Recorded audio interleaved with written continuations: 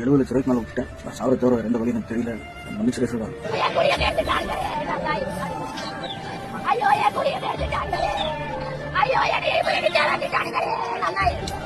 குடும்பம் போச்சா? உங்க குடும்பம் போயிருச்சு அப்படிங்கறது இந்த கேமை ப்ரமோட் பண்ணவனுக்கும் தெரியாது, இந்த கேமோட ஓனருக்கும் தெரியாது. அவனெல்லாம் காசு சம்பாதிச்சுட்டு தான் இருக்கான். ஒரு விஷயத்த தெளிவா புரிஞ்சுக்கணுங்க. நான் ரொம்ப யதார்த்தமா நம்மள ஒருத்தனா நான் பேசுறேன். இந்த சொசைட்டில நல்லது இருக்குது, கெட்டது இருக்குது, திருடுறவன் இருக்கலாம், முளமாரித்தனம் பண்றவன் இருக்கிறான், நல்லவனும் இருக்கிற எல்லாருமே இருக்கத்தான் செய்யறானுங்க. நம்மளுக்கு என்ன வேணும் அப்படிங்கிறது நம்மளுக்கு தெளிவா தெரியணும். நம்மளுக்கு ஒரு அவேர்னஸ் இருக்கணும். இதை எடுத்தோம்னா நம்ம செத்து போயிருவோம், இதை தொட்டோம்னா நம்ம கெட்டு போயிருவோம் அப்படிங்கிற ஒரு அடிப்படை அறிவு நம்மளை வளர்த்திக்கணும்.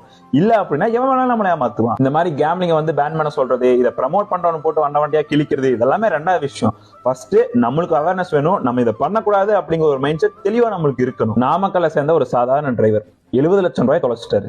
யார் வந்து கொடுப்பா? சரி, பணம் போனா தொலைஞ்சு போகுது, ஆளே போயிட்டாரு. அந்த அம்மா எவ்வளவு ஆதங்கத்துல கத்துறாங்க. குடும்பமே போச்சு.